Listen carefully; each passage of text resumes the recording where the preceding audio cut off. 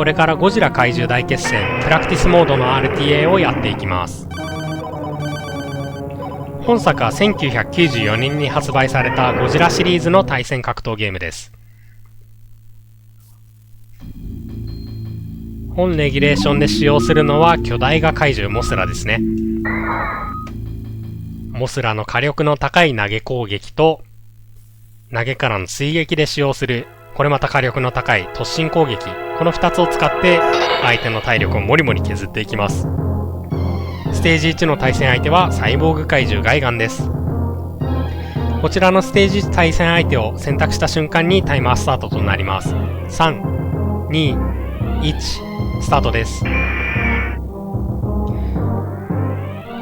このサイボーグ怪獣ガイガンなんですが、映画ゴジラの、関連作品のほとんどにおいてゴジラの敵として登場する怪獣です。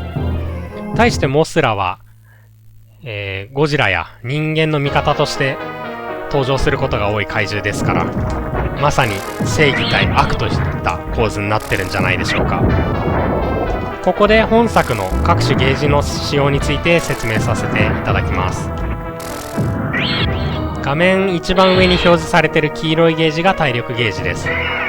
相手にダメージを与えることで相手の体力ゲージがどんどん減少していきます。相手の体力をゼロにすると1ラウンド取得できます。2ラウンド選手でステージクリアです。体力ゲージの下の青いゲージはショックゲージです。いわゆるスタンチですね。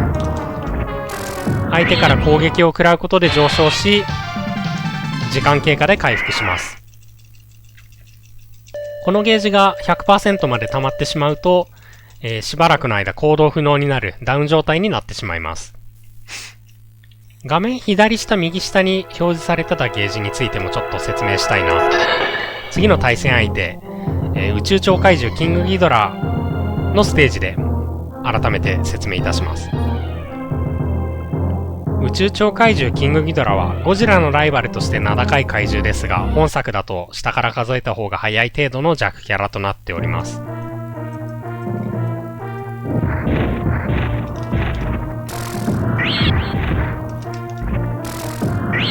で、今画面左下右下に表示されているゲージが怒号ゲージです。こちらのゲージは相手から攻撃を食らうたびにどんどん増えていきます。ショックゲージと違ってこちらのゲージは増えれば増えるほど自分の攻撃力が上昇するのでいいゲージですね。なので RTA では適度に相手の攻撃を被弾して自身の攻撃力を上げて DPS を上げる必要があります。とりあえずは一発でも被弾できれば最後のつかみの後の突進攻撃を強板にすることができます。画面中央で使っている弱突進攻撃と比較して強突進攻撃は威力が若干低いんですが単発攻撃技なので画面端が絡んでヒットバックが起きる状況でもフルダメージが出せます。弱突進攻撃だとヒットバックでね2段目当たんないことよくあるので。で、次の対戦相手はボーリューアンギラスです。本作に登場するのは初代アンギラスですね。ゴジラと史上初めて戦った怪獣です。俊敏な動きが特徴的。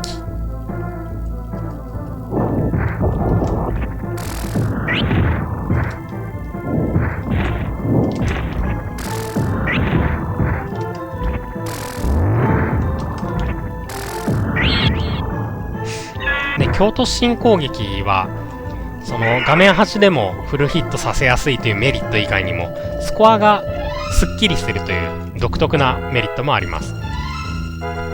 このゲーム実はスコア集計の速度がトータルスコアの各桁の数値合計に依存するのでスコアがすっきりしていればいるほどスコア集計が速くなってタイム短縮につながります。強突進攻撃を当てて倒しきるとプレイヤー1のスコアが25000点になりますね。トータルスコアは113000点。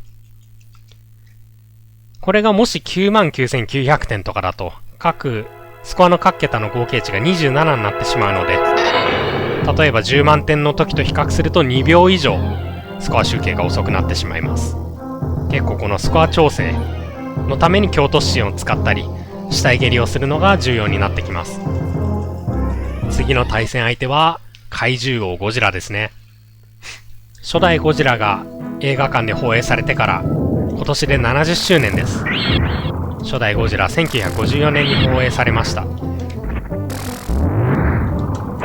本作が1994年発売のスーパーファミコンソフトなので、本作もまた30周年の、アニバーサリーイヤーなんですね。ゴジラもゴジラ怪獣大決戦も記念すべき年です。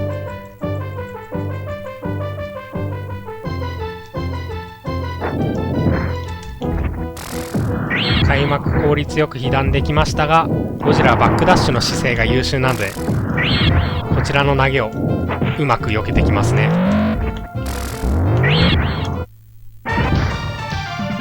かなり手こずってしまいましたが、ステージ4クリアです。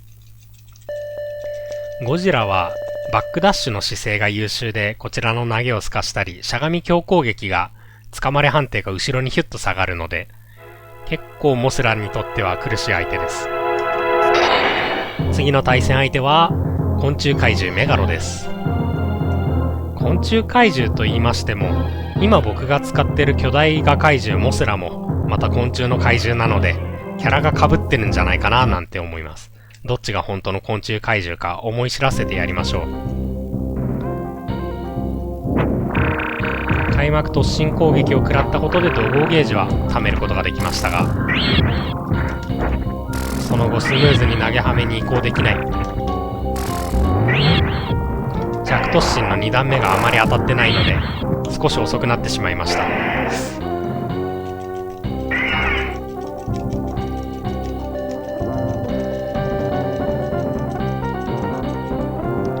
開幕しゃがみ強攻撃を打ってくれるといいですね。打ってくれた。怒号ゲージが一気に最大まで溜まってとんでもない火力叩き出せます。なんと投げ2発で相手を倒しきれます。しかし怒号ゲージ稼ぎに少しもたついてしまったせいで、ゲーム内タイムは52カウント残しと、決して可もなく不可もないそんなに目立ったスピードの記録にはなりませんでした。次の対戦相手は昭和メカゴジラ、いわゆる初代メカゴジラですね。初代メカゴジラも映画館で放映されてから今年でちょうど50周年ですね。1974年公開の映画です。ゴジラ怪獣大決戦メカゴジラのアニバーサリーイヤーです。おめでとうございます。開幕前進行動をしてくることが多いので、垂直上昇で迎え撃っていきます。うまく強突進での倒しきり。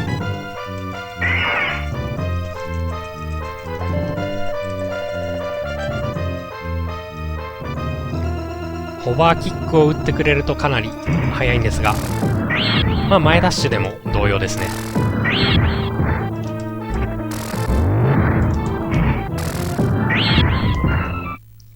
おお、ステージ7、ステージ6か。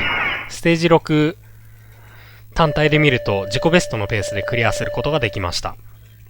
一挙に、ゲーム内タイムというか RTA タイムか短縮してプラス 7.2 秒まで戻すことができました。通常ステージの最終の対戦相手がバイオ怪獣ビオランテです。ゴジラの細胞とバラの細胞、人間の細胞が融合して誕生した人造怪獣です。ビオランテは投げ後の追撃猶予が短いので終盤の敵にして結構難敵です。今2段目ヒットしてませんね。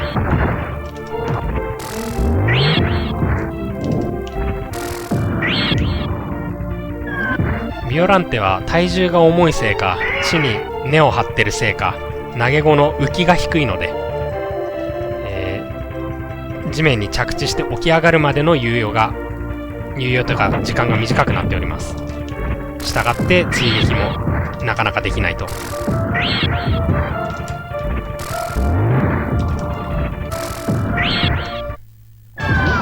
しかしかなりいいタイムでクリアできました。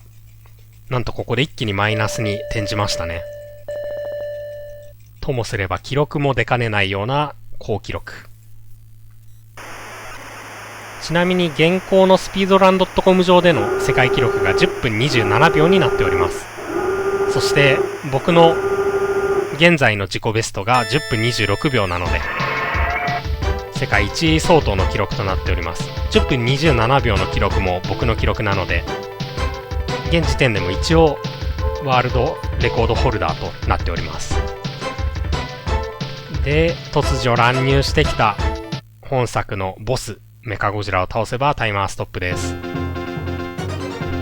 開幕前進コードが多いので垂直上昇で様子を見たのですが、なぜか棒立ちしていました。珍しい。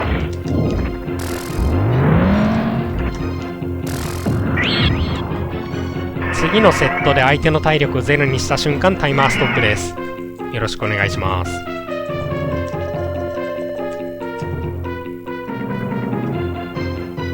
体力ゼロにさえすればステージクリアなのでスコア調整等気にする必要ありません。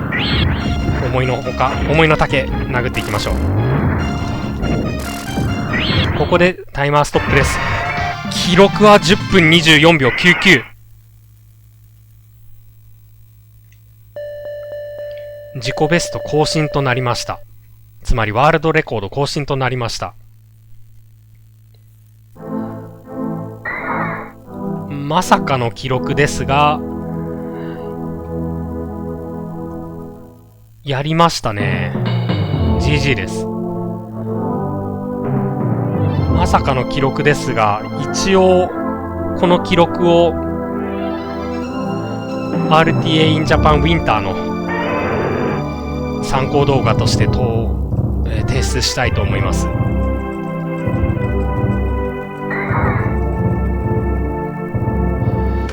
このゲームは